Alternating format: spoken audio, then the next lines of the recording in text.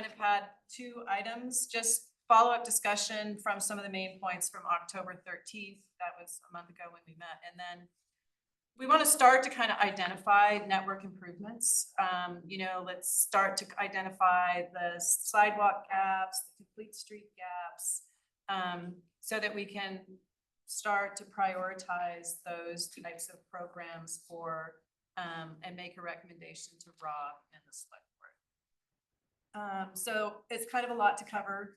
So, we have more time, but so just to review what we discussed last time, we had looked at a 10-year crash analysis. Then we talked about existing walking and biking patterns in Hanover, some takeaways from what we heard from the public, from the May open house and the online survey, sort of the recommended network, where we can share, where we need to separate based on volume and speed. We looked at some, explorations, I would call, of having a complete street design for Crosby and Lebanon Street. Very conceptual, very kind of, let's get in scale and see, how we might be able to do this, one way of doing it. And then, then walk bike network improvements we didn't really get to that last time. So just kind of thinking about the crash analysis. So, the question is always, well, how do we compare? Well, and that's like a natural thing to want to know. When we do crash reports and road safety audits in Massachusetts, they're very public about their crash data. New Hampshire is not. And so I could calculate a crash rate and the state I can look on their website and it'll say, this is the average crash rate for a collector road in Massachusetts. So you're either above or below. That opens other questions. Is this collector really comparable to other collectors? So like data, I'm not exactly sure if everyone's always completely satisfied with data. But this actually, when I was at GPI, we worked with New Hampshire DOT on developing a vulnerable road user safety assessment. Every state in the union needed to do that by the end of 2023. That was part of the big infrastructure bill. And so as part of that, they had access to vulnerable road user crashes. So that's bikes and peds. It's not motorcycles. And so here you can see the vulnerable road user crashes per capita for the state of New Hampshire. And on the left, the diagram, you can see here, Hanover's right here. We're doing better than Lebanon. Similar to Enfield, but, more VRU crashes per capita than other places. More urban areas kind of come out here. Hillsborough, I guess that's not that urban. Keene. So I think there's a lot of walking and biking in these types of communities. What was interesting is that severe vulnerable road user crashes per capita it's a different set of data. So this is looking at sort of severe injuries and fatalities. And the rural areas tended to be more of a concern in New Hampshire. So that was kind of an interesting finding from doing this analysis. And you can see Hanover here is fairly low in that category. And I think that that's because the speeds are low in Hanover, relatively speaking, compared to, some of these other communities where, you're on a pretty fast highway coming into the town, kind of the transition areas going in and out of the towns is where we saw those kind of crashes. So this at least helps put us in perspective with the rest of the state. What I would say is, that's a natural kind of curiosity, but I would say that even if I were to say, well, our crashes are lower than the state average, I think that it doesn't really matter. If you take a safe systems approach, that the goal is to, eliminate fatalities and serious injuries, by designing a system and taking a safe systems approach, we sort of look at where the crashes are happening and think about that when we're doing street design. and also thinking about priorities for improvements. So, you know, safety is one consideration regarding priorities, and always we think about it for street design. But there are other things to think about as well. So the safe system approach is like Vision Zero. It's, and you know, FHWA kind of has this transportation safety framework, and it's, you know, humans make mistakes, and humans are vulnerable, and death and serious injuries are unacceptable.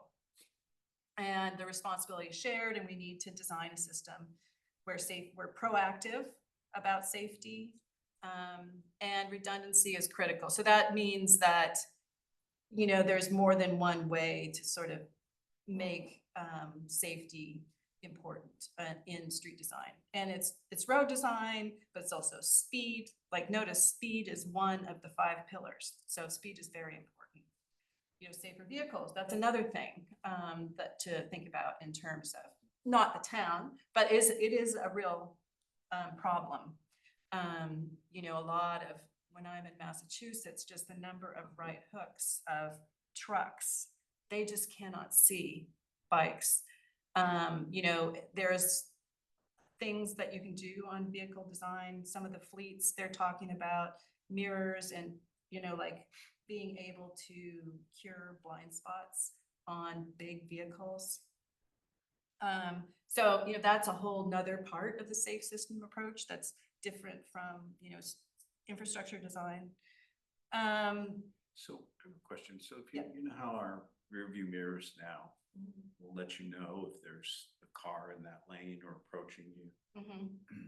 Couldn't they do that to trucks? That's Yeah, I think that too. But on the other side, on the right-hand side, if that's the side where the bicycles are, is there a way, and would those type of sensors pick up a bicycle, you know, as opposed to, I don't know how they work, but I know. it just seems like a simple technology thing.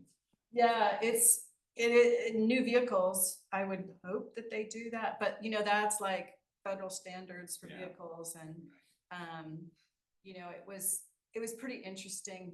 I went to a session on this a couple years ago at a conference, and they had like a photo of what you see as the driver in like a big truck, and then what's really out there. They had a whole row of bikes and pedestrians in this blind spot, and like it is really, there's been like some just heartbreaking crashes that have been in the news in Massachusetts, and a lot of that is they call it it's called something vision. I can't remember. But anyway, so, you know, that's another whole aspect that also is being thought about at some level, as well as post-crash care. How close are we to, you know, facilities? We're pretty lucky in that regard here, but, you know, that's things that other communities need to work on in terms of developing the safe systems approach.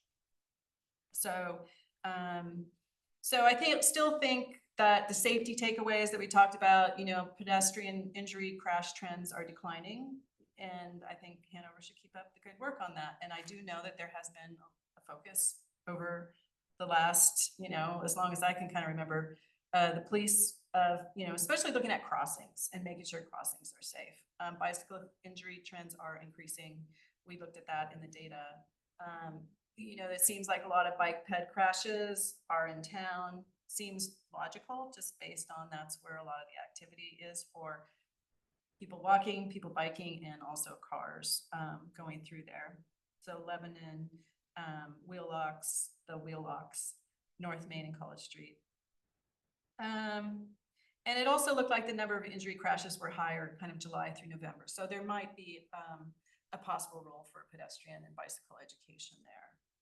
I've seen some great things in terms of flyers, and you know, we just worked on a project. We did stickers. We had Pedestrian Safety Month, and you know, we designed stickers, and there's outreach to the schools, and there's also been a couple of publications. There's a brand new publication, actually one of my colleagues at Toole worked on, about nighttime crashes. It's an NCHRP report.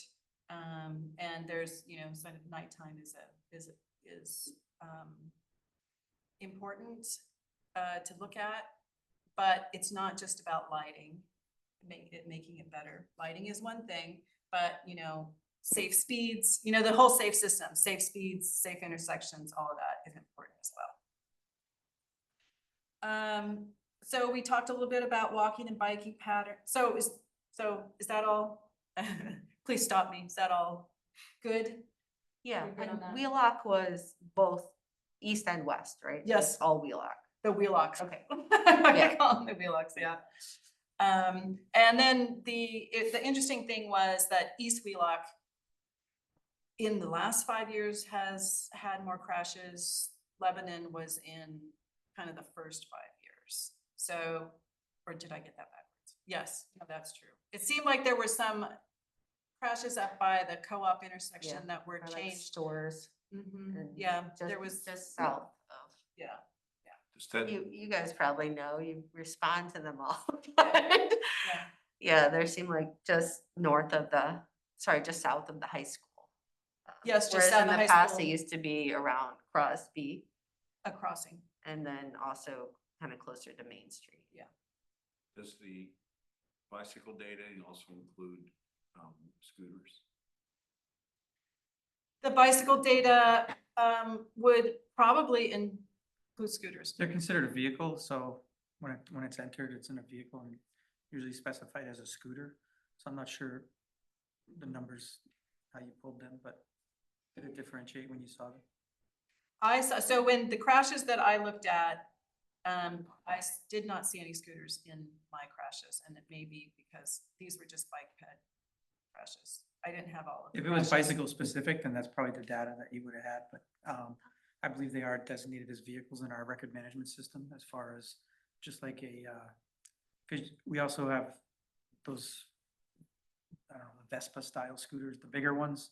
Mhm. That Like like a lot of the moped type things, just yeah. take to the I thought we had practice. one, Those- like we have like the crashes with vehicles.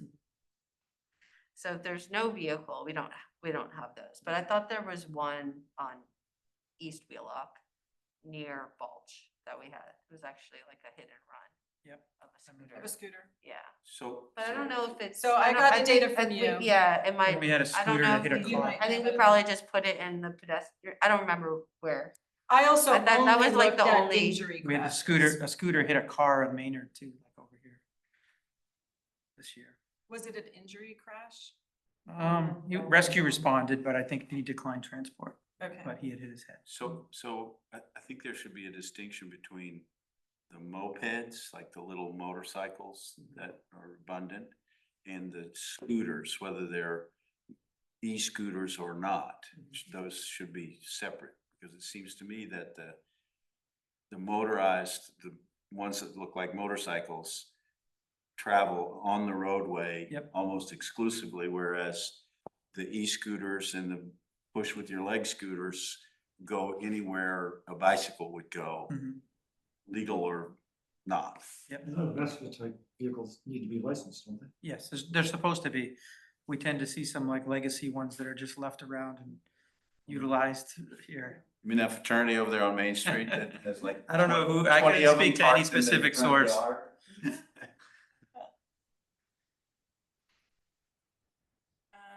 So, and then this was also interesting is like we, you know, walking and biking patterns. I'm just pulling out just the highlights. Just a lot of the automobile trips in the study area are short. This is based on replica data, which is kind of big data source. And they collect the data and then they do kind of a typical weekday in a particular season or a typical weekend day. And so we took a typical fall 2024 weekend day. That's like the last full data that was available when we pulled this. And, you know, a lot of automobile trips in the area are, you know, relatively short and certainly fall within walking and biking, easy walking and biking distance. So in terms of, you know, thinking about shifting from driving to walking or biking, there's a fair number of trips that could fall into that category. I would say that, you know, that's one consideration with respect to the network. We also talked about, you know, the underpinnings for the network and how we decide whether to separate or to share. And again, this is federal highways, the graph here, speed on one axis and then vehicle volume on another axis here. So sort of in this category here, 2,000, 2,000 cars, 25 miles an hour, that works for sharing. Start to get up to 30 miles an hour, 6,000 cars, then that's sort of buffered bike lane territory. And then beyond that, we're looking at separating. So that's, one touchstone with respect to the network. I would say that when I just am out talking to people in communities, a lot of people just want to be separated from traffic. Again, the lower speed, the lower volume areas, streets are fine, but certainly the larger ones are more challenging for people. And so some of the questions came up, it's like, I have to say, what do I see in Hanover? Hi, Barbara. And it's interesting having watched this, like all of you, over time, what do we see in thinking about separated versus shared? And so, we see a lot of kids using the lime road path. I've never seen a kid using the bike lane. They might, but I've never seen it. I see adults using the lime road path. And I do see an adult, at times using the bike lane, but I see more adults on the lime road path. And so clearly that's more comfortable for people. This is like, this is just, I happened to catch this, this is a family out biking, and they're at the end of the lime road path, actually sidewalk. And it's like, what do we do now? So that's coming up on network gaps. But, that's certainly something you see out there. I see kids coming down from Greensboro on the sidewalk. I always see them continue on the sidewalk down Lebanon Street. I haven't seen it, the kids using the bike lane. So like that difference, that all ages and ability, really, it's for real. Casual riders, I see all the time in town. Older folks. There was that chemistry professor. Remember? Oh, yeah. Who always rode on Lebanon Street bike lane, right? On the sidewalk, right? And I mean, he was an institution in Hanover, but it's like he clearly didn't want to mix it up in the traffic. Roger Soderbergh. Roger Silverberg, yes. Soderbergh. Yeah, Soderbergh, yes, and Soderbergh, yeah. yeah. And then students, like I see students, I know you see students also, again, casual riders, not kind of the Lycra confident riders, nothing wrong with them. But just saying, we have a lot of students who are more casual, who don't use a helmet, who are riding a lot on the sidewalks that we see all sort of in the downtown. We had to really kind of put signs up and say it's not okay on Main Street. But, I do see the students around on both the wheel locks, and, Crosby, Lebanon Street, because they're clearly not comfortable. So safety is important, comfort is important in our bike network, and thinking about all ages and abilities, because we do have all ages and abilities. And, kids don't drive, but kids want to get around. My kids wanted to drive across, to bike across town to their friends. They get, kids get to be a certain age, I found, and I don't want to take the bus to school, and you would like to have them bike, but it was hard. I mean, this was before there was a bike path on Lime Road for me, but even to get to the Lime Road path is a little difficult, right? So, comfort, that attracts more riders. Mobility is important. So mobility is just more ways for everyone to get around. So, I was just talking to Rob, when I'm in Cambridge, it's just biking. There's a safe network, and it's just like faster than walking. It's easier than driving and parking. So, providing more ways for people to get around, provides options for people. Not everybody drives. Not everybody wants to drive. And so, building the network that is high comfort is important to catch those people. And then the other thing is connectivity is important. So, making the connections to make it safe. And so that's kind of what we need to work on, I think, is making better connections. Getting through, not giving up at the intersection, but intersections are hard. Whoops, so anyway, I'm just reinforcing. So these, I would say, this is interesting, Lime Road. Again, I just happened to be here for these photos. These kids, little kids on their bikes, this is going out the end of South Street beyond the library to the path. So, the kids are little and they're out there going, their moms were with them too. But, that again, that's kind of it's all ages and abilities. They're definitely out there. So this is the network, red being areas where we would want to separate bikes based on volumes and speed, the chart that we showed, and areas which are important as a part of the network for connectivity. The volumes and speeds are lower, so we can look at other mechanisms like traffic calming. Perhaps there's an approach of maybe signage for, maybe we call it a bicycle and pedestrian priority street. And maybe there's a certain branding element. So there's traffic calming. And so it becomes a little bit more discernible in the network for getting around, because these streets are important. But they don't need to be shared, but we do need everybody to be aware that bicycles and pedestrians should be expected on those streets. I had just a question about, like, how common is it to use diverters to create some bikeways, like neighborhood bikeways? Like, we have the one over by the middle school that seems like it was very effective. Yeah. And it seems like for some of these shared bike accommodations that are very important for connectivity, and not quite adequate the way they are Right. during, I mean, every road is different, but Yeah. certain roads, like right when you really need them to be calm is when everybody is driving on them, like right when all the children would take to them. It's the same time, and the only way, like, I'm not convinced that traffic calming would be enough unless we had like something more formal, like a Is there like a diverter. curb?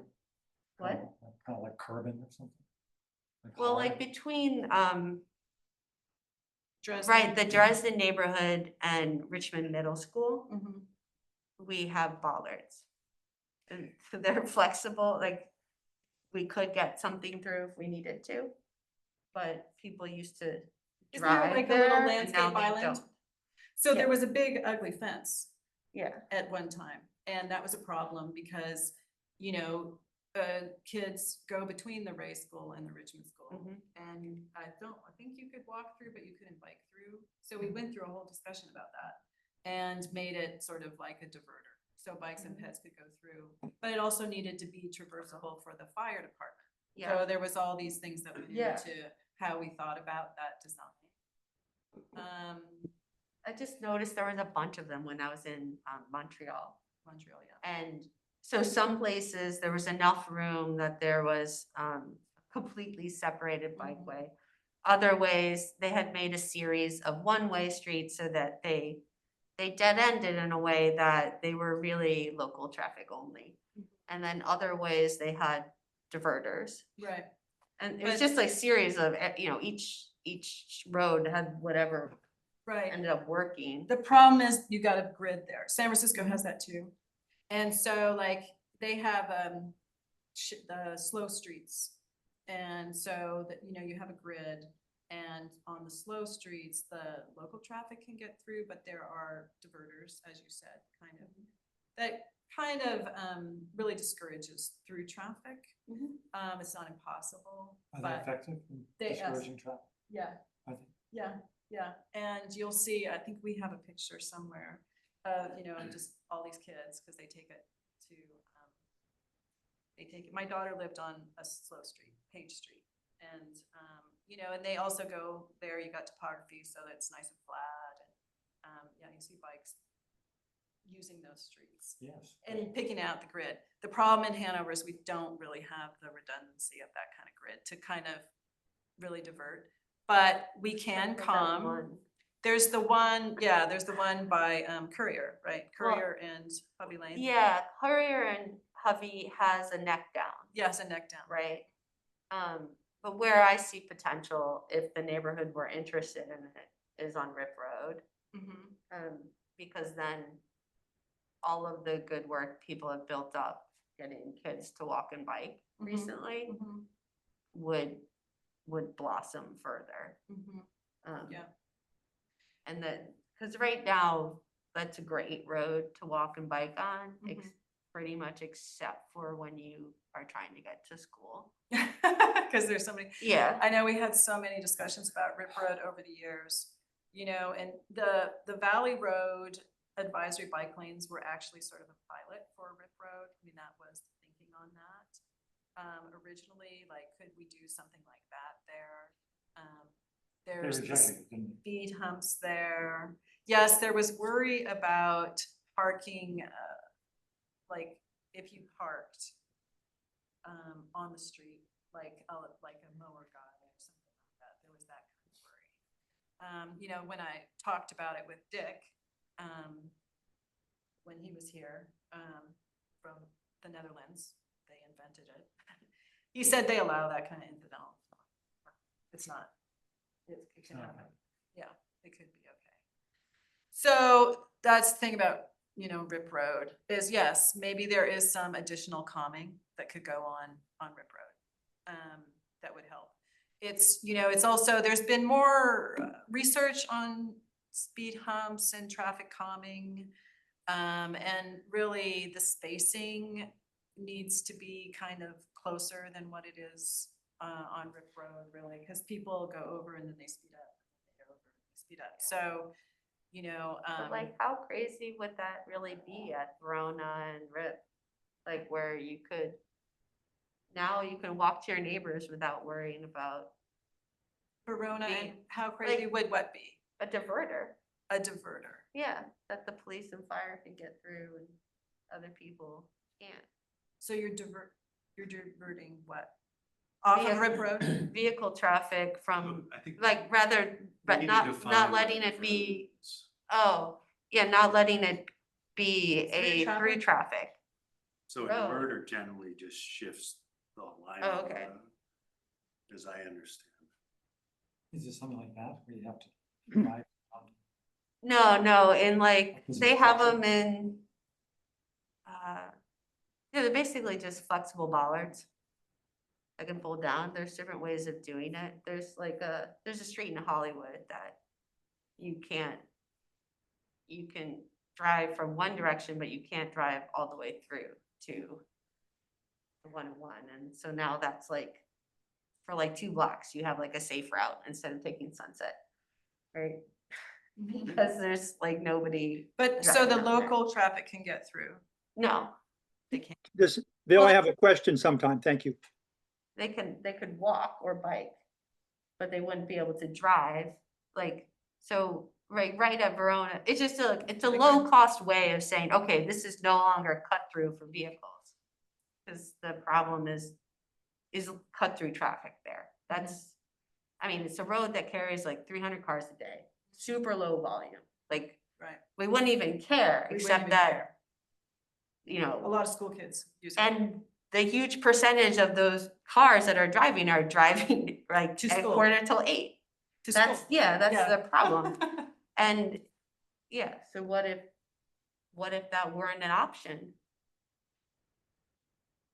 It would be annoying to be on Rip Road and have to drive around when you're used to going right instead of left, right? So But is it, if so is it people are permanent or temporary? This is Bill. May I introduce a question somewhere along the way? Hard from the outside. Yeah. Like on a Mass Road, they have like the bollards that fold down. So that's, So but you're you- saying that's permanent. I mean, that's pretty permanent. Yeah, It's really just the pretty fire. permanent. It's Like just if you emergency wanted, vehicles. if you really wanted to, you could say, okay, no cut through at this hour, and then you could change it every day. Because it is that flexible. Mhm. But Yeah, it's just like, what are the low cost solutions? That's one of them. A more permanent one, you'd put like 2 pretty planters. Then you wouldn't have ugly bollards and you'd have like more of a place. yeah. Obviously, it would have to be done with only if the community was down So for it. that's the thing. But if they yeah. don't like the cut through traffic, then there's a good, they might want that, right? Yeah, yeah. It would really change. So it's like, so that's kind of a community Yeah. thing. It's like Rip Road, it's also Verona Road. It's like, wait, you're putting all this traffic on my street, so there's that. Verona it would actually help Verona too, because now you wouldn't zip up Verona to go on Rip, To Rip, So I right? think It would help Yeah. Verona and would help Rip. yeah, I'm sorry, are you able to hear me? yes, loud and, Sometime let me ask a question, please. sure, go ahead. Now, okay, this draft 10/13/2025 is fantastic of where we want to go. I'm afraid that might spend all the time looking at this, but I have 2 questions. One's a suggestion, and that is the question to Rob and you and to Jenny is I see these wonderful separated bike accommodations, and over the past 20 years, I've heard that we do not have the money to build much of anything. So somewhere this afternoon, I'd like to hear what the end point of all this discussion is. Do we come up with a proposal to build certain things? Right now, where I think we're looking at a lot of detailed plans, which we've been over, through years of discussion on Rip Road and all of the things that we're talking about. They're good discussions, but I just like perhaps turn it over to the professionals to tell us what they recommend. And the other is just to remember to try to keep some things that are not necessarily on the road in the big picture. That includes the Girlbrook Path and other things that the college has considered Here's to Girlbrook. connect with the Girlbrook Path to get you downtown. They're not necessarily on roads. They avoid the roads. Thank you. Thanks, Bill. Yeah. So to your first question, so this is a vision plan. So this is the shared street vision plan. So, we need to have a shared understanding of ultimately what we want for a network. We are unfortunately in a position where we can't like wave a wand and boom, it's done. But if we don't have sort of a shared understanding, then, the network, lacks kind of coherency and connectivity. So that's Yes. why we need to have the bigger picture so that when we do that one block on South Main or Crosby or whatever, we're thinking about what are we trying to achieve in terms of the longer term network? And so that's the question that we need to answer. And that's what this does. So yeah, it's like not gonna be funded tomorrow, definitely not, it's definitely long-term. But, it's sort of a shared understanding of what we're designing towards when we do kind of our incremental projects, and that's like every town, every city, that's how you have to do it. So that was one. Thank you. You've been an excellent mentor on this over many, many years, and thanks for that point. I really, in the end of the discussion, it would be great if the professionals can sort of say, this is where we should put our priorities. Well, so that's a big part of our plan is, let's identify the most critical gaps that we want to, address and start to prioritize them, right, Rob? Yep. So, and the public through the online survey has weighed in to a certain degree on this as well. But there's those other things I talked about, safety is one consideration. Connectivity is another consideration. Mobility, that's kind of like an underpinning. But, certainly safety and connectivity, are things that we want to think about when we're prioritizing, and then there's other land use consideration, schools, major facilities like that, that we want to be able to get people to and from safely. Thank you. Yes. So, I mean, I think there's some other, just to close on Rip Road, like, I know that there's been a lot of discussion over the years, like the speed table discussion predates my time in Hanover. I mean, that really goes back, right? But, there were quite a few comments from the public, like, maybe there's another more conversation. I just did, in Boston, we just did a pilot of a school bus only street. So when the buses are loading and unloading in front of a school, it's closed to traffic through that time period. And that is, very temporary. It's like a half an hour in the morning and the afternoon, but, it's very problematic. There were crashes, some streets are really narrow. Sometimes there are one-way streets and the bus door opens, not on the sidewalk side. So there's different reasons why that was implemented, but it does require a body out there. It was, like I said, it was a temporary thing during the day. So, I don't know if that's really replicable, but there are some other things that could be considered because it is a key link to the school. Like, that's how my kids would go sometimes up and over. I think we should be looking at the broad policy conversation. Volume of traffic and speed drives X solution. Yep. And then have a conversation about why Rip Road, we're gonna focus down on a specific road, wasn't appropriate for an advisory lane, and whether or not those standards should be adjusted. Yeah. The issue, as I recall it, is the on-street parking. Yeah. Especially for summer yard maintenance. Yard maintenance, yep. Yeah. So that's, maybe not relevant. Okay. Yeah, 'cause I gotta say, I don't observe a lot of on-street parking on Rip Road, and I travel it all the time, and Yeah. I definitely don't really see a discernible difference between Rip Road and Valley Road with that same issue. So, I Yeah. mean, I don't know if it would be possible, but it seems like revisiting Revisiting the that. advisory shoulder on that would be, I think, Worthwhile. maybe a worthwhile Yeah. option, because I do think Valley Road functions very well, and, Yeah. we can replicate it on Rip, but. All those lawns get Especially cut, right? since- They all get Yeah. cut. They all get cut. Yeah. Especially since Dick has experience with those Yeah, incidental incidental is parking, fine. it's not, yeah. Yeah. It is on Valley too. It's on Valley, you have a little park there that actually, Yeah. more frequently does have cars parked, and it has not been a problem. Hasn't been a problem, right, exactly. It's a very low volume street, so, yeah, so there again, that's a solution that seems like it might be, Yeah, I mean, I know now, 'cause I've only been here 3 years, but I know several families along Rip and Pine, and that would be more than happy to advocate Yeah, for yeah, that. Like, yeah. so maybe it's just a different climate now, that it might be worth Right. pushing one more time. yeah. And then just in that regard, would it make sense to include Verona on this map and just kind of connect it over to Rip, because we're missing that one little Yeah, line? I think that's, Yeah, it's used in a a good- similar way. a good one. That would be The yellow. other, That would be it yellow. cuts off right before.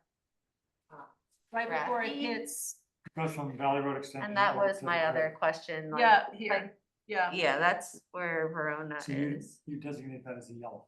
Yeah, I should designate that as yellow. I agree with that. And there may be some others that And we it- want to designate as yellow as well. It looks like grassy is included, but just because of where the cropping is. Oh, here I can zoom out. But no, that, I did notice that today, that Verona should be included there. I didn't. This is know. Bill with another interruption, and I'm sorry. At the meeting that Peter Kobaki, Dave, and I had talking about what's happening with the Girlbrook Path, the end conclusion was that the first thing they will try to do is come up with better crossing of East Wheelock at Verona, a better crossing at that location. And he thought he would probably put some effort in coming up with a capital improvement project for that crossing of the road. nothing with different, the sidewalks would stay the same, but he did sort of say it's quite reasonable to consider a shared use path on the west side of that road in the future, but right now that's not funded, not feasible, given the restrictions that we have. So Dave, and others, I think, including Verona in there is great, and it's a one little link in a long system that maybe gradually will give people some of the comfort that they would like, not being on the highway. But that's the next Yeah. step that Peter thought was reasonable. Yeah, no, it's good. You know, it's like a in-town trail and is a nice alternative. I'm sorry. And also the intersection you mentioned. Yeah. Okay, thanks. Also, Jenny brought up at the last meeting, which I thought was a good point, was Summer Street in front of the high school as, you know, as kind of a shared street approach on that street. It's pretty important. Just there's a lot of, you know, traffic, I think, at one time that's bike and ped with school arrival and dismissal, and that having some kind of calming approach there is something else that we want to kind of think about in terms of this secondary network. It's also just a note on the pedestrian signal, if you're walking on the east side of Lebanon Street heading south, you can't get a signal, so everyone just crosses against. Oh. You can only get a signal if somebody happens to be on the other corner and presses the button, which is a lot of times of the day there isn't anyone. Right. So people just cross against the walk sign. This is Bill again. I apologize for interrupting. It's tricky. That is a mega block that I think you're the one who taught us about that, Carolyn, the concept of a mega block, which is right where the big athletic fields, the hockey rink and so forth are. In the planning for the future that Dartmouth did 3-4 years ago, there's a lot of conversation about a path that would go on the south side of the Leverone Fieldhouse, you know, that would be far into the football field. According to my colleagues at the college, that got dinged because they didn't have 27 women who wanted to donate $1 million to put in the mega block path. That's a joke. But anyway, the athletic department said we need it to hold the events that we have there. So I just kind of, as you talk about Summer Street, of trying to get on a very squeezed street, which very limited places to build anything else. Also think maybe about something parallel to it that would get the students and the bicycles and people off the street. We did have that in the previous bike ped plan, I think. You did. That idea, yeah, that came around the south side of the football field. And So David Anderson and Joanna Whitcomb have been very strong allies of multimodal transportation, including pedestrian bicycle transportation. And we just need to give them a little bit of support from us to talk to the college to say, maybe keep this in your planning phases. Not everything is athletic. We just, this group here, we did push for that recently as part of the energy project. If you notice, the south side of Memorial Field had some work done to it. They needed to relocate the pole vault and the long jump and triple jump pits. And basically we ran out of real estate on the Dartmouth side to accommodate that shared use path through Memorial Stadium. In my mind, there's still an opportunity to look at the adjacent private property and get an easement and consider doing it partway through an easement and then partway next to Leverone, but we haven't gotten very far with that yet. That's the kind of good thinking, Dave, that we need. Thank you. so yeah, so the idea is alive out there. Yeah, it's definitely alive. So yeah, these little kind of connectivity pieces are really important, I think, in the overall network. Can I ask something, or make an observation in front of Richmond School, Yeah. the bulbouts that exist there now? Yeah. Has there been discussion about cutting a bicycle path through them? Because a bicycle rider has to divert out into traffic Yeah, to get around those things. right. Are you talking about in front of the high school or Richmond? Middle school. I'm sorry, middle school. Yeah, Richmond. Middle school, okay. Yeah, we had an injury crash there this year too, as a Oh, we did. result of that. The bulbs. Yeah, I feel similarly about it for the high school. That's what. Also at the high school? Yeah, that, So that it's the one same always issue. gives me a There's, Yeah, I troll. mean, yeah. So we did do a little concept up there. I'll pull it up, but it is, I think we did sort of made that bulb bigger and traversable from both directions to kind of go through there.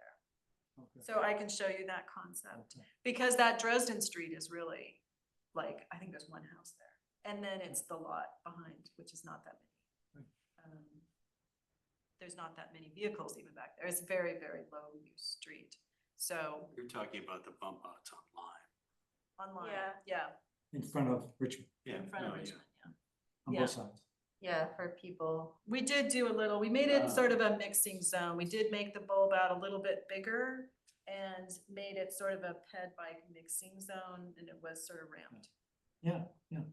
Yeah, so that you don't have to go into traffic.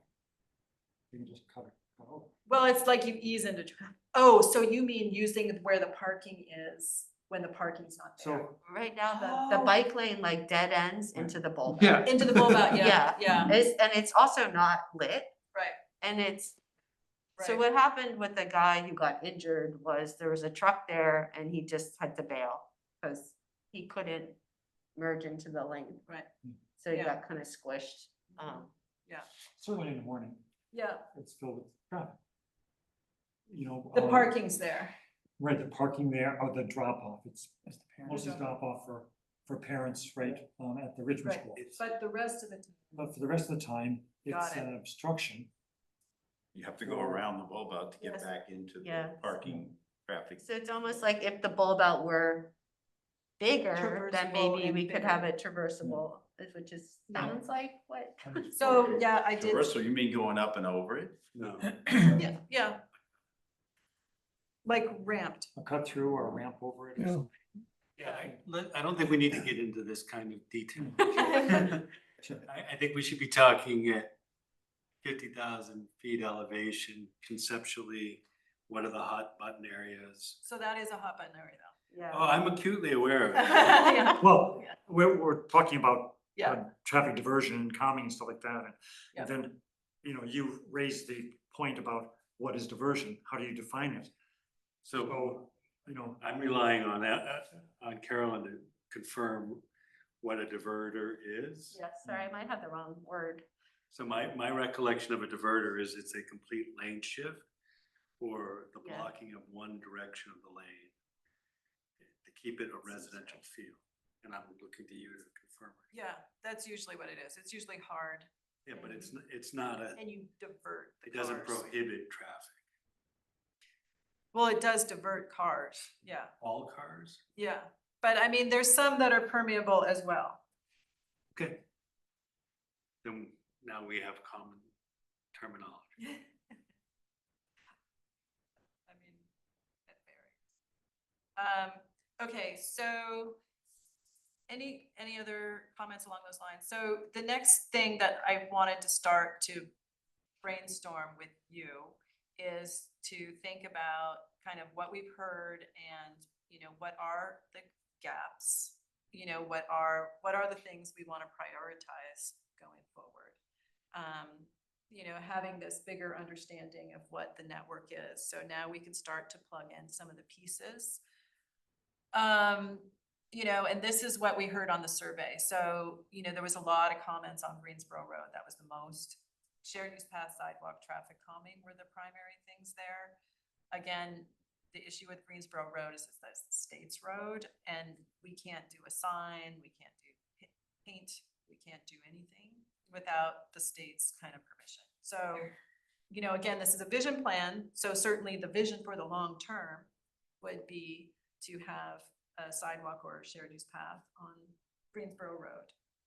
But in terms of thinking about priorities, you know, that it's tough, it's more tough there. For Greensboro. South Main Street, there was a lot of comments, the east side of Dorrance Street to Mink Brook. You know, we got comments of, you know, connectivity on that side. That side is really tough. Just the steep ledge. The town just made the uphill bike lane. I think that's a big improvement. actually there for bicycle connectivity on the east side of South Main Street. Oh, no, Going up, yeah, Yeah. going down, coming down. not so much. I wonder Yeah. if all the, like, I mean, we know Wyatt and Dunster doesn't have like that crossing, but there's like one. I'm forgetting the name of the road. that- Moreland. There's like a Brook- couple places that you can't cross easily to get to the sidewalk. Uh-huh. If that whole thing were more like our downtown and crossable, that might, South Main. yeah, help. It's really different It's from our like downtown, because our yeah. downtown has on-street parking, which slows people down a lot, and it's closely spaced signals, and it's I'm black. sorry, did you say, what about on-street parking, did you just say? It has a lot of on-street parking, which. True, that's a problem. It's I think okay, that's a so horrible problem. it's a problem, and it's also, it has benefits, and, you know, it does slow traffic down. But, it's- I mean, it's you friction. can't get out of your car. No, The I cars agree are with that, huge, some of them. No. They don't belong there. right, right. It's crazy. Yeah, so it's back, you know, head-in parking Yeah, is the problem as it's- opposed to parallel. Carolyn, your question was, we'd like to try to identify what the priorities are. Yeah. Yeah, so I'm This is- reporting to you this is what people in the survey said, and I just tagged the number of mentions. So this is just kind of saying the things that came up a lot in the survey for your consideration. I'm not saying that this is exactly what we're prioritizing, but it is a consideration that, you know, there were several mentions of these things, of these streets. You know, Can I yeah, propose? yeah. Kim, maybe we go around, people share what they think are high priorities, and we can start. Okay. it. Yeah, okay, so let me just, Can we see it in the context of biking also? yeah, so I started a list just based on what people told me. Just so sidewalk gaps, and then complete street network improvements. So that would be sort of biking, maybe biking and walking, adding in, but we can just put bike network in as a separate sheet as well. No, this is fine. And then, you know, and then there were, I would say, complete intersections that came up a lot. So this is sort of based on what people said, as a starting point, the things that people tended to complain about. So, and also just knowing some things that left over from last time, like this one block on Maple Street, between school and South Main, the, you know, missing sidewalk gap there. Buck Road to Medical Center Drive, you know, that was another one. We touched on that one a little bit. Last time, you know, that is like kind of the last, you know, part if you want to walk to the hospital. You're beyond Buck Road. I think you can go through Guile, but again, Yeah, going through Guile, you have to climb a long way up and come back down. yeah, you Having don't- walked that last week. Yeah. So, you know, so that's another kind of, seems like a key missing link Yeah. that was identified. It is, again, that's DOT's road, but, you know, we did get a sidewalk out of DOT through there from Greensboro to Buck Road. So, you know, this is another opportunity. May I ask a question just since we're there? Yep. I spoke with Athos Rasius at the Norwich Farmers Market, who's was a representative on this committee for a number of years and is a select board member, and he works at the hospital. He said, Bill, yeah, we should really try to get that completed.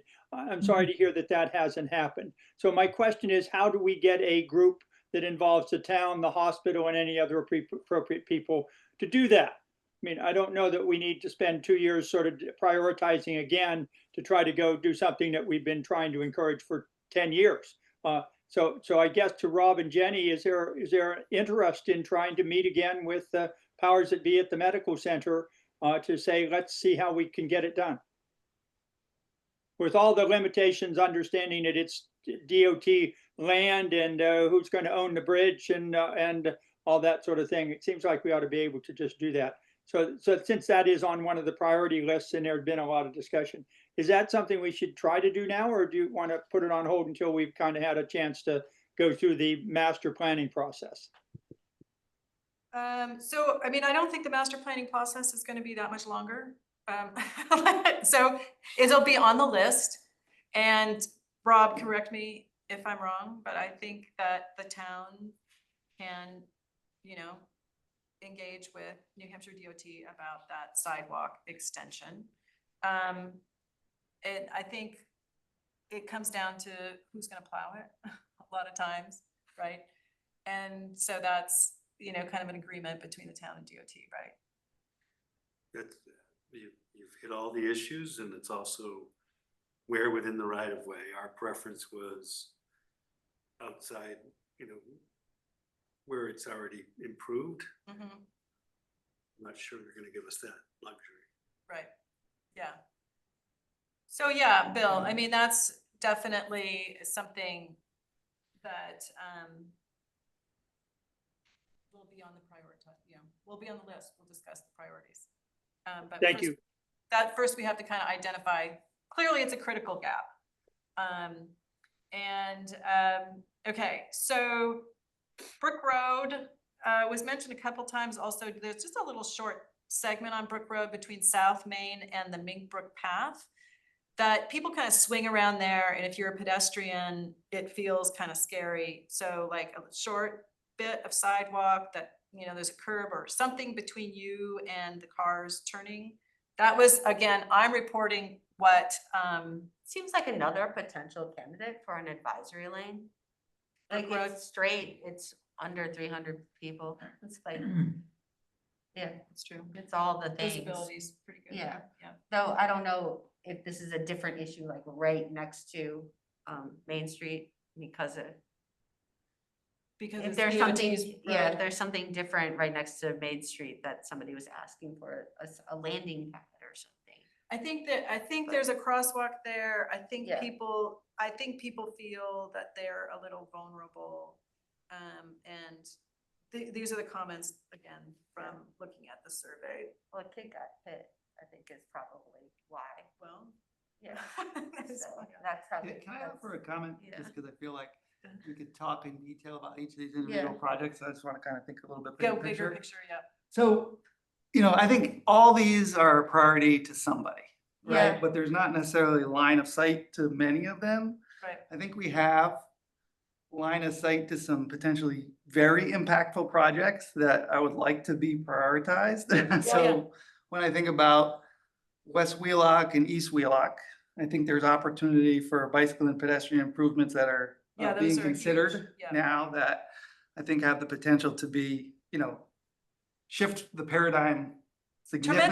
Tremendously. Yeah. Yes, and not absolutely. just- So, when I think about that, I think about South Main Street. I think about Lebanon Street. I think about Crosby Street. I mean, Yes. to me, all those have some level of line of sight for improvement that together is gonna have a huge beneficial impact. So Right. for me, I would like to see those prioritized, even though I understand all these have some Right. level of priority. Like I'd like to see us, because I think if we can prioritize those projects and implement them within a near term, Yeah. a 5-year window, whatever that happens to be, that we will then gain some momentum for all these other projects Yeah. versus kind of picking and choosing little ones here and there just Right. because, they've been priorities in the past. So, I just think it's an important thing for the group to discuss. Let's come Yeah. up with a strategy Yes, of how to actually get something done, not Right. just have something sit on the list. yep, So. I'm good with that. Yeah, I was think it's kind of really just key that brainstorming where we have the streets getting torn up, that Right. we have the plans Right. to put them back together Yes. in like the Right. best way possible. So it's important, like when we're prioritizing, to be transparent about what our criteria is, because people will ask that question. So Right. certainly the opportunity to dovetail with ongoing construction is a no-brainer, like Right. clearly straightforward. And like when you talk East Wheelock, there is also kind of a safety Yep. issue as Yeah. well. And And and Lebanon as well. And a high number, I mean, along that corridor is a high number A of high users, lot you of know. users, Right. exactly, It's right. like half of the Dartmouth campus is on that side of Right. Wheelock and our high school. Right, exactly. So that, those are all kind of really straightforward criteria, I think, to prioritize streets. And I think that we have the underpinning, having sort of kind of looked at crash trends, having looked at, you know, where people are walking and biking, that all reinforces that as prioritization criteria. Along those lines, anything else the town has on their upcoming resurfacing, I Should be feel looked like at. that should be like on deck next, because Right. that's the lion's share of our funding is gonna be from projects that we're already doing. Mhm. I still want to go back to parking on Main Street. Because I know that it's expensive to build garage, but the existing garage, I believe, was built so that several other stories could go up. So what would happen as far as the appearance and the invitability? I mean, how inviting would a street be without parking to pedestrians, bicyclists, and just through traffic? Not So, saying no traffic, but suppose we just had more parking garage up yeah, there. so we Would that take care of the parking, say, on Main Street?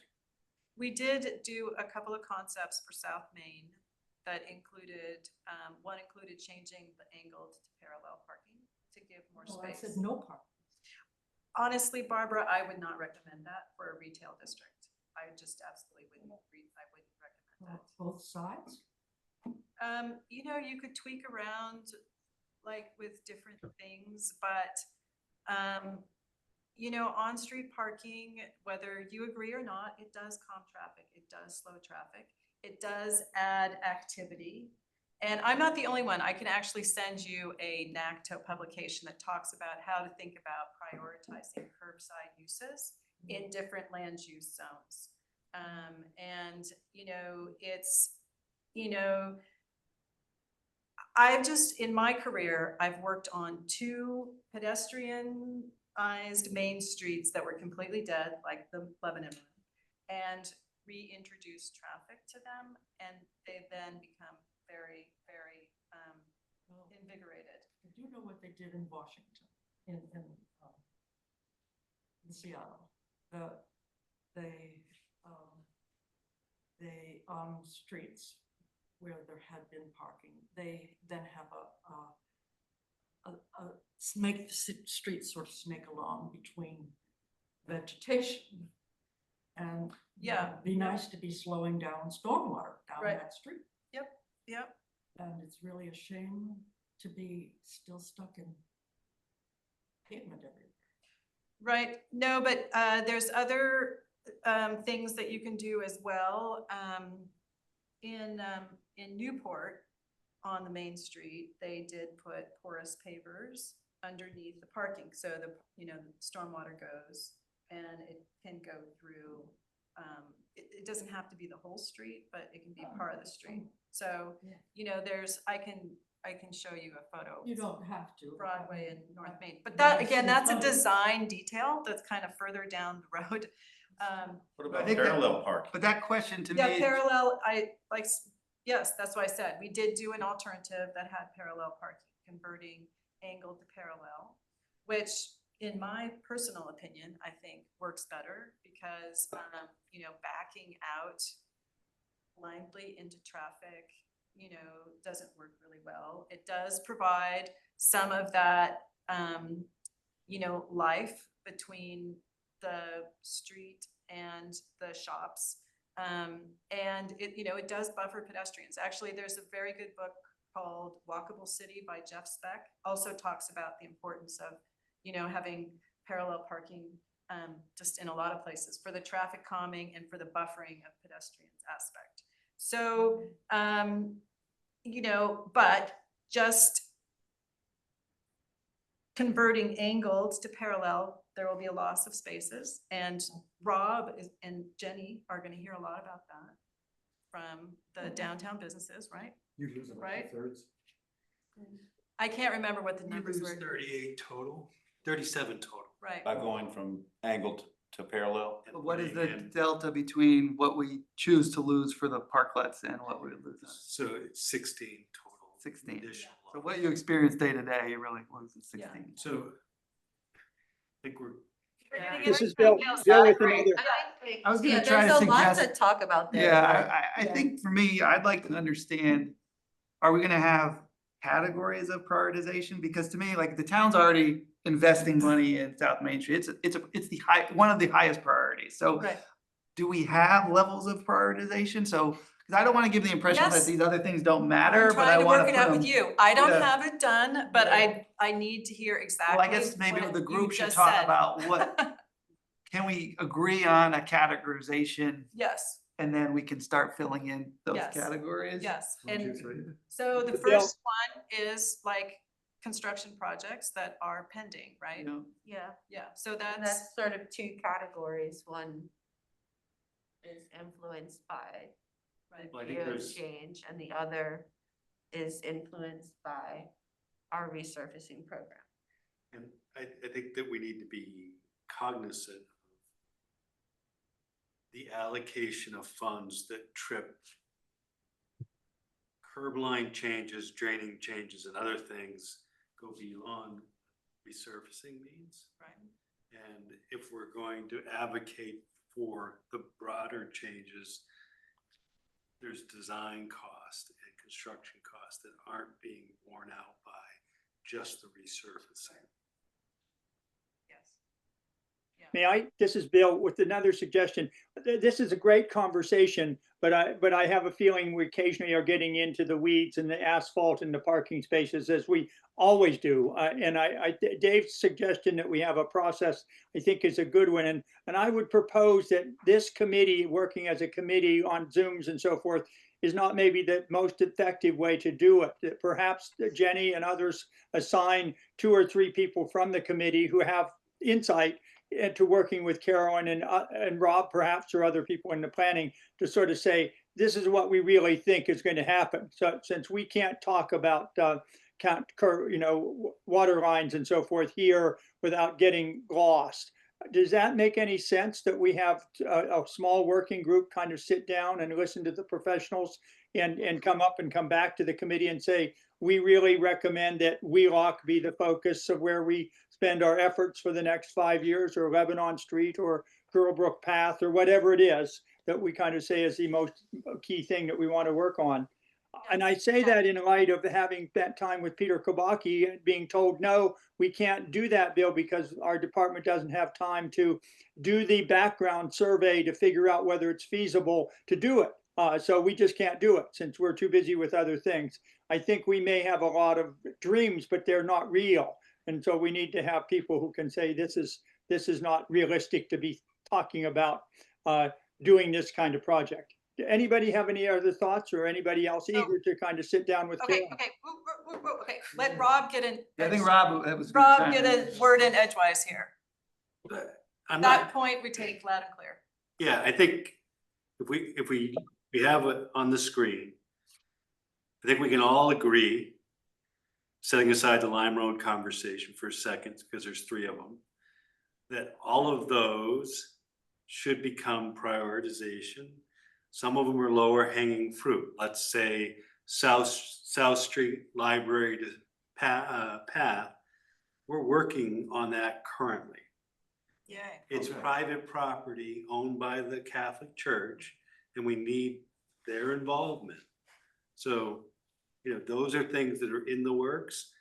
Lebanon Street's a bigger picture issue. South Main Street design is in the works. East Wheelock and West Wheelock, there's conversations happening today on these topics. And Crosby Street is a commitment that the college the town has from the college to implement a design solution that the town endorses. So we could tick through all but Lime Road on this fairly quickly. Now let's talk about Lime Road. I think we all can agree that the south end of Line Road needs to be extended to the intersection. Mhm. So that's, okay, that we can put that in the priority and we can start to leverage how we do that. The next two start to deal with right-of-way issues and other things. So how do we accomplish the next two and what's the window? I look at everything on the list but Lime Road in Lebanon perhaps as a 3 to 5 year horizon. That's huge. Yeah, it's huge. That's massive. Yep. If we can pull it off, it would have a big impact. I lost you, Rob. Where are you talking about Lime Road to Lebanon? Here, I'll point to it. So here's this, the list here, Bill. So here are the Lime Road, Yeah. the 3 segments that are kind of identified. And what Rob is saying is that, these Crosby, West and East Wheelock, South Main, and South Street are 3 to 5 year, just based on the town's current capital improvement Yes. planning. The Lime Road, those are 3, additional segments that are longer term, right? As Yes. well as possibly Lebanon Street, possibly, right? Except for maybe the top Line Road one. What, was there a previous slide with another list? Things happen very quickly with the slides coming. Yeah, I had sidewalk gaps that were separate, and these are, and then I also had intersections, and then I had what I call complete street network improvements. So Okay. this is walking and biking. These are just like fairly, anyway. So here's my proposal. I'll work with Before you go on to, Rob. before you go on to another proposal, I do not see Girlbrook Path on there. We've been Well, talking about that for a dozen years. Isn't Girlbrook funded? Didn't I hear Girlbrook? It's out to bid for construction. It's out to bid for construction. The Girlbrook Path is a partial design. It's not what we originally sold to the town. So I'm basically saying the Girlbrook Path that gets you to a desire point. I'm sorry to be repeating this, but it's quite clear when you read the letters. Brook Hollow and is not the destination point that people want to go to. It's to the playing fields and the food co-op and so forth. So we need to kind of, if we're going to look at priorities and all the money is going to go into paying for other things, I think we should at least include that in there. Or I will try to get, or I will get the folks, the 200 more people to write letters and say, hey, we should include that in priorities. So anyway, I'm just sort of so yes, I agree with what Rob just said. I'm just sort of confused about why one thing that has been on the agenda for many, many years didn't end up on your agenda today. I think we have Scott has something. Scott? So let me just respond to sorry. Bill for a minute. Yeah. So I'll add that, Bill. It is like these were primarily, again, what people said in the online survey, but that there's nothing, this is just an initial discussion. It's not anything that's finalized. So, it's, we should that's also, why we're having this meeting right now. we should also Good. talk about what this study is. Right. Right. It's about. I couldn't hear you, Rob. I missed you. We should let Scott speak first and then I'll jump in. Well, I had a question. The extension of Lime Road sidewalk up to Kendall Park, is that all Kendall owns that and would have to give the right of way? No. The right of way, Federal government. it's Dartmouth College, the federal government, private property owners, the town of Hanover. Between the Kendall driveway and Kendall Park driveway? Oh, Kendall Park. Oh, that's. That's what I was asking about, the third one, Lime Road to All Kendall Kendall. Park. That's all Kendall, I thought. So Yeah. maybe you don't have quite as much. I suspect that Kendall might be quite willing to give a right of way for a sidewalk there because people would like to walk to Kendall Park from Kendall right. Yeah. without having to go through the woods or without having to do what we did going to Yo-Yo Ma all these people trekking down on the road, with cars oncoming. They're not that comfortable. Right, okay, so, yeah, that's maybe an that interesting is, one.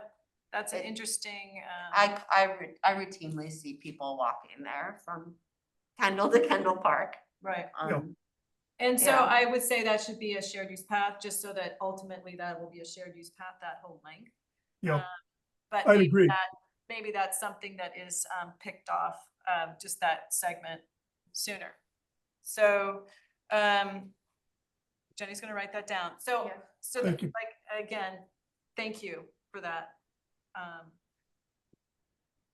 Rob, did you want to speak to the scope? So Carolyn and I are having conversations right now as to how the scope is morphed over time since we put the contract out to bid. And while we're diving into these very specific solutions, that was not the intent of this document. This is broad picture concepts, and it's an attempt to look at the town holistically and then come up with a way to prioritize the urgent or low-hanging fruit projects that we can do within the programs now, and then take the next steps to start to do design and develop for the deeper dive. Did I miss anything, Carolyn? Nope, that's it, yeah. And the reason why it's important to say is because the budget is fixed. Yeah, and I'm running out. So, so all of the suggestions that were made here, we can work, Rob and I and Dave can, or Rob and I and probably Dave, I think we understand exactly where Yeah, I you're mean, I'm coming happy to from. participate if there's a group that gets together, but I'm also happy for Rob to. I think, I think it's just a list, really.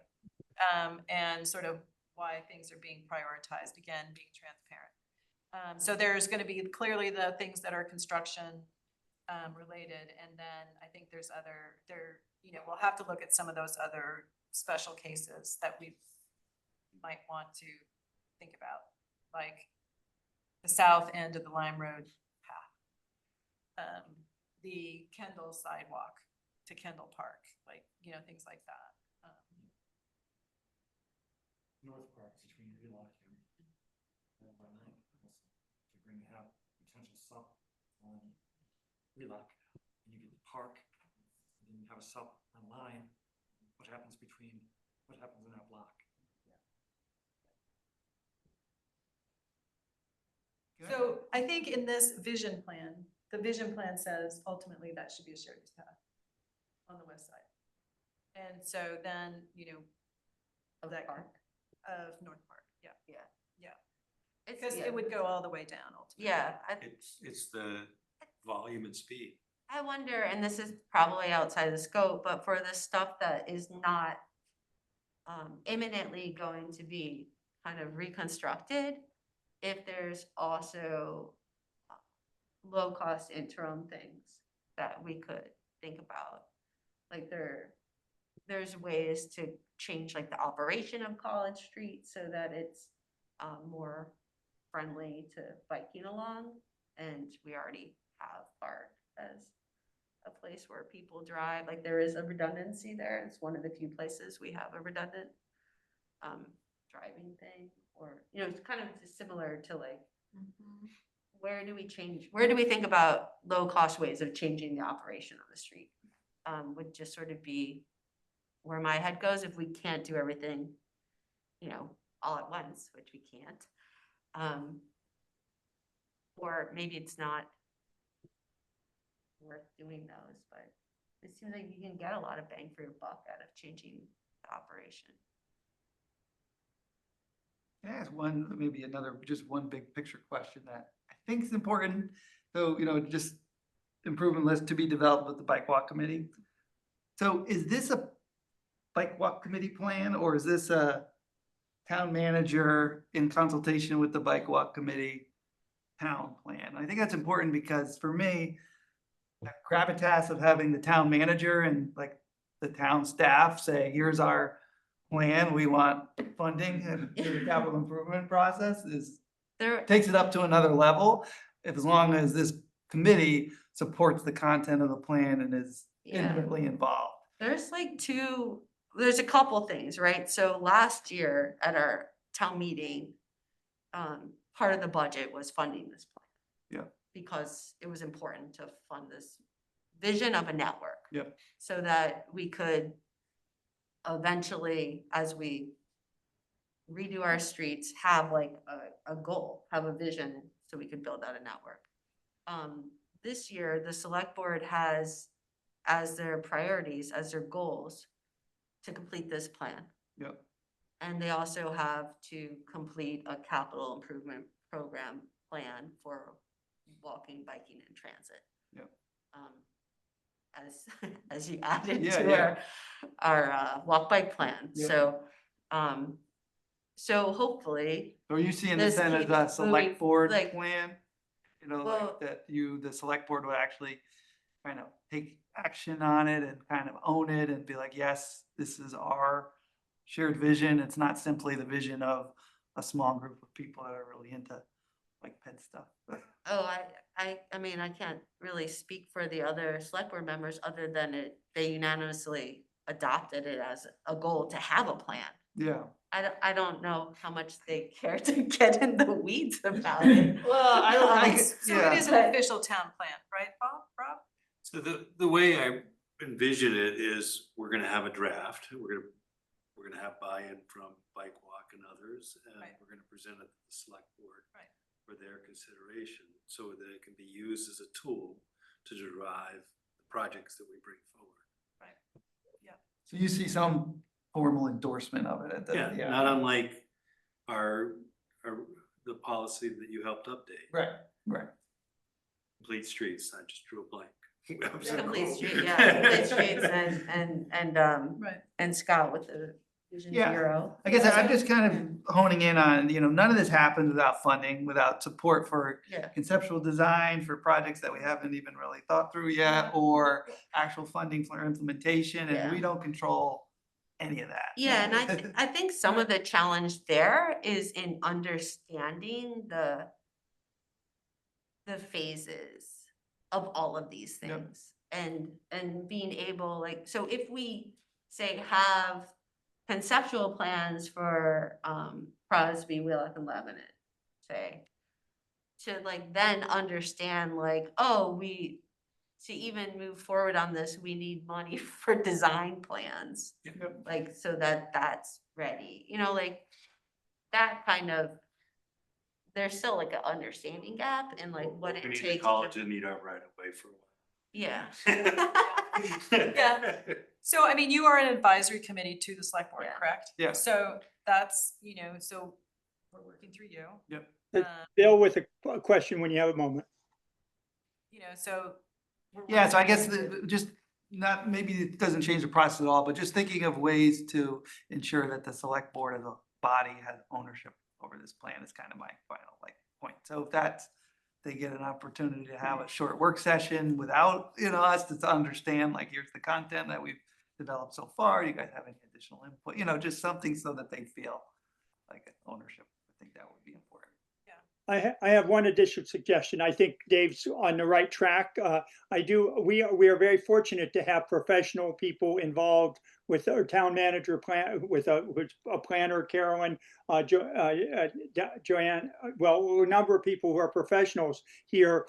I worry a little bit if the members of this committee advisory group sort of say, we turn it all over to the professionals who have other hats that they have to wear, whether the town and the select board will sort of say, well, does the advisory board really think about this? So my suggestion is that if you decide to have a group to meet, that you pick somebody from this committee, perhaps somebody who has history like Scott or you or me, to sort of join in, since there isn't one subject that came up today that hasn't been visited several times in the past. And so it just kind of some how to prioritize things, how to think about things from where things have been. So I would encourage other just community members to sort of say, do we want to have a voice in this, or is it now okay just to say we know enough and we'll turn it over to the professionals?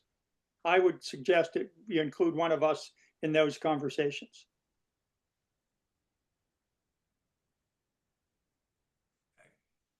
A lot of silence. I'm gonna hit pause. It's 5:30. I'm at time. And I think what we tried to hit on was that there's some conceptual ideas here that are driven by volume and speed, and that the network map is presented. And then there's a deeper dive into various project-specific corridors. And the ask is, how do we prioritize them? And I've articulated a 5-year priority already of things that appear to be moving forward to completion, to construction. I think I'm a little confused as to how deep we're going to get into the weeds, because that's not what this project is. I understand, Rob, where you're coming from. I am a little concerned that the community might sort of say, well, is this the plan of a select board member who is also the chair of this committee, who has a very strong interest in these kind of issues? Or the plan of the town manager, the town of a consultant, Carolyn, and the input here, we have not been in complete agreement in this particular conversation. So that's why I'm not saying to change it. I'm just sort of saying invite somebody from this group to join you in your deliberations. And I think we can bring something to that, which is to sell the idea once things are sort of settled a little bit more about how you structure the priorities. And there have just been some things that are very missing things that sort of surprised me today, that say, hey, they're not there, or there are priorities that have been visited and have been written off, not written off, but they're already happening, and we're listing them as priorities now. So just kind of sort of having somebody from the community who's been involved, sort of listening in.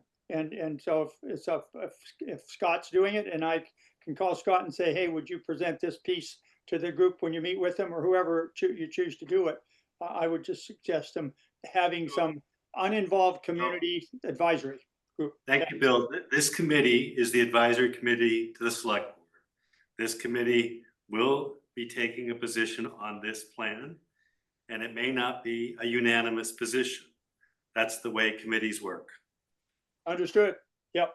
I'm just sort of saying, in the process, why don't solve it in the beginning and kind of come to some agreement? But I'm just concerned that there's a very limited amount of community input into the committee these days, with a lot more staff level put it with police, with the safety and security, with Dartmouth planning, with planning at the town, and not near as much citizen involvement as there has been at times in the past. That may just be my perception, but I think we need to stay involved. That's all. I don't feel, I really trust all the people involved, but I just think you might have a little bit more credibility if you had somebody who's on the committee who doesn't have other responsibilities in the community involved. So I don't know whether we don't have a process in this committee for voting and so forth. So it's just kind of a conversation. If nobody else thinks it's of interest, then I'm happy to drop it. But that's just my opinion about where things are. I take it Scott and Hugh think it's okay just to go ahead as things are. If I'd be happy to participate in something like that if it were felt to be important, but I don't know. It's you got any opinions? Well, again, I think, as has been mentioned before, we're at a stage where this is a really broad look at these things. And I think the more we get into it, the more that input may be helpful and useful. And certainly the history that a few of us have, 20 years or more. And how many times have we talked about Rip Road? Yep. So I think that perspective is important.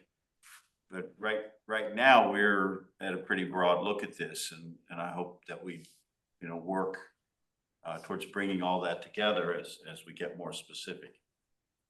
Yeah, I mean, I guess I don't get what the issue is exactly, because we're having these meetings with everybody here and taking the input, so Well, I thank Rob. Rob came into being the town planner and bailed me out of a difficult situation of prioritizing the projects for the town of Hanover. And without Rob, we would have failed. We couldn't come to agreement in our committee. So our committee struggled with that, but we spent a heck of a lot of time working on it. And he came up with a solution.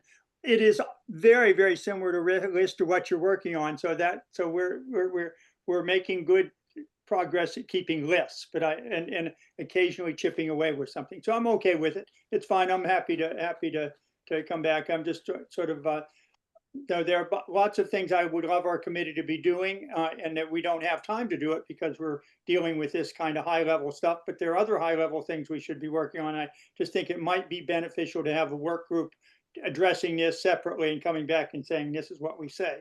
And it sounds like that's the way it's going to happen, and it will be fine if you, Carolyn and Rob and Dave kind of take it and figure it out. That's fine. We'll listen when you come back the next time. That's fine with me.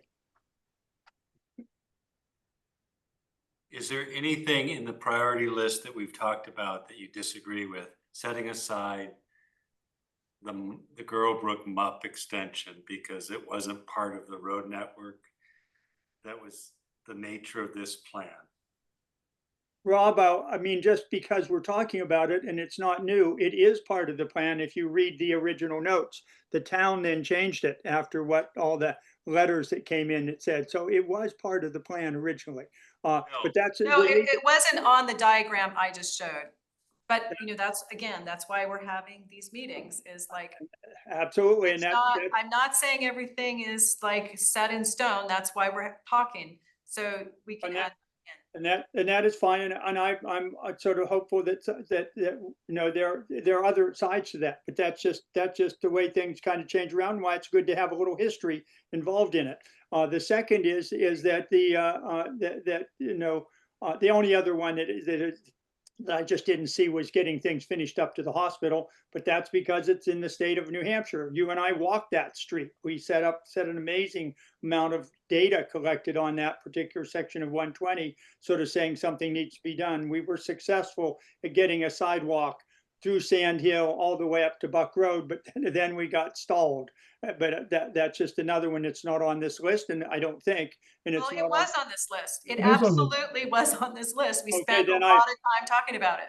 Then I've forgotten, what was on the final list. There, as I said, there's numerous. We definitely talked about it today. I just didn't remember that it was on the final list. So that's great. So anyway, there are just some things that I think that there's some value in it. But it's fine, Rob. Carolyn, I'm happy to kind of move ahead with things. But I do think we probably. No, we don't. We have a hard time getting to closure in our committee meetings and to get to a full agenda, and that's just trying to think about a process. I think you're being negative there because I think that we had a lot of closure today on the committee. I feel very good about tying a bow on the project. I really appreciate the framework of safety, comfort, mobility, and connectivity. I think that's really strong way to encapsulate like all of the best thinking out there and how you develop an all ages and abilities network. So I really appreciate that. And we were talking speed and volume as like a main determinant. And then we also added schools. Yeah. So that was just wanted to include that. Yeah. Okay. In a great new world, we'll add parks too at some point. I'm going to step out. I need to make a phone call. You're very good.